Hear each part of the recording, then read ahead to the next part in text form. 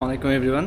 আজকের এই ভিডিওতে আমি আপনাদেরকে বলবো যে আমার সব কিছু আইএলটিএস রিকোয়ারমেন্ট সব কিছু ঠিকঠাক থাকার পরেও আমি কেন আমেরিকাতে যাই নাই, ঠিক আছে, আমেরিকান এম্বাসি ফেস করে নাই।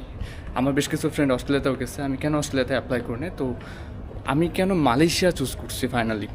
রিজন হচ্ছে খুব সিম্পল, কারণ আপনার হচ্ছে আমরা যারা দেশে বাইরে পড়তে আসি আমাদের সবাইকে নিজেদের রান্নাবান্না নিজেদের করতে হয়, নিজেদের লিভিং এক্সপেন্স থাকা খাওয়ার খরচ যা আছে এগুলো সব কিছু নিজেদেরকে উঠাইতে হয়, ঠিক আছে।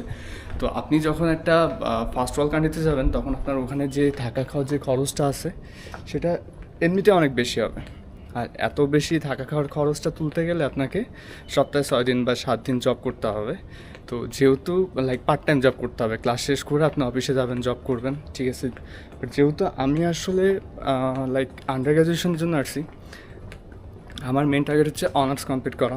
তো আমি করতেছি হচ্ছে সফটওয়্যার ইঞ্জিনিয়ারিং, ঠিক আছে। এখন যদি আমি এমন একটা দেশে যাই যেখানে যাওয়ার পরে আমাকে সপ্তাহে 6 দিন 7 দিন জব করতে হবে, পার্ট টাইম ক্লাস করতে হবে, জব করতে হবে, আবার নিজেদের খাওয়া দাওয়ার জন্য রান্নাবান্না করতে হবে, সব কিছু মিলাই আমি আমার পড়ালেখাতে ফোকাস করতে পারবো না। তো যদি এই সময়টাতে, এই অনার্সের সময়টাতে যদি আমি আমার স্কিল ইমপ্রুভ করতে না পারি তাহলে আলটিমেটলি লাভ কী, তাই না?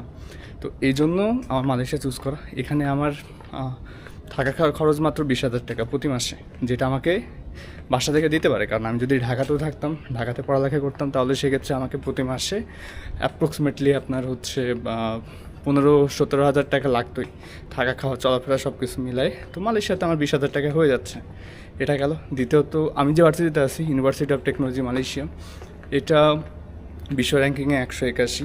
তো একটা টপ লেভেল ইউনিভার্সিটি, ভালো একটা ডিগ্রি, লিভিং এক্সপেন্স কম, জব নিয়ে কোনো প্যারা নাই। তো ওভারঅল সব দিক থেকে বিবেচনা করলে যে এখন অনার্স করার জন্য মালয়েশিয়া বেস্ট।